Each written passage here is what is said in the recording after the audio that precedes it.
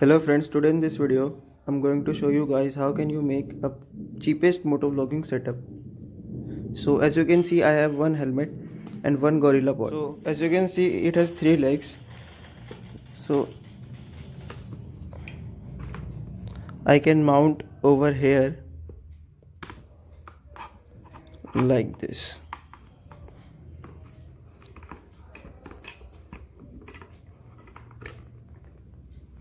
It has many rubber surface areas, so it can grip over the helmet.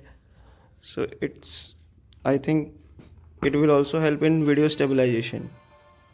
So finally I mounted my gorilla pod over my helmet. Let's take a test with this setup.